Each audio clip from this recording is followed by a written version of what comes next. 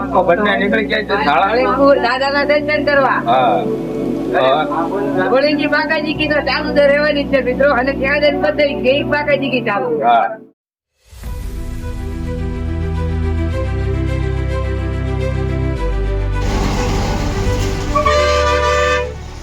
સાળંગપુર તો પહોંચી જાય છે, પણ અમારે થઈ ગયું છે થોડુંક મોડું, એટલે પછી જો આ બધા બગડીને આવે છે અને મેં હજી હોળી રમવાની બાઈકે છે હવે જાય.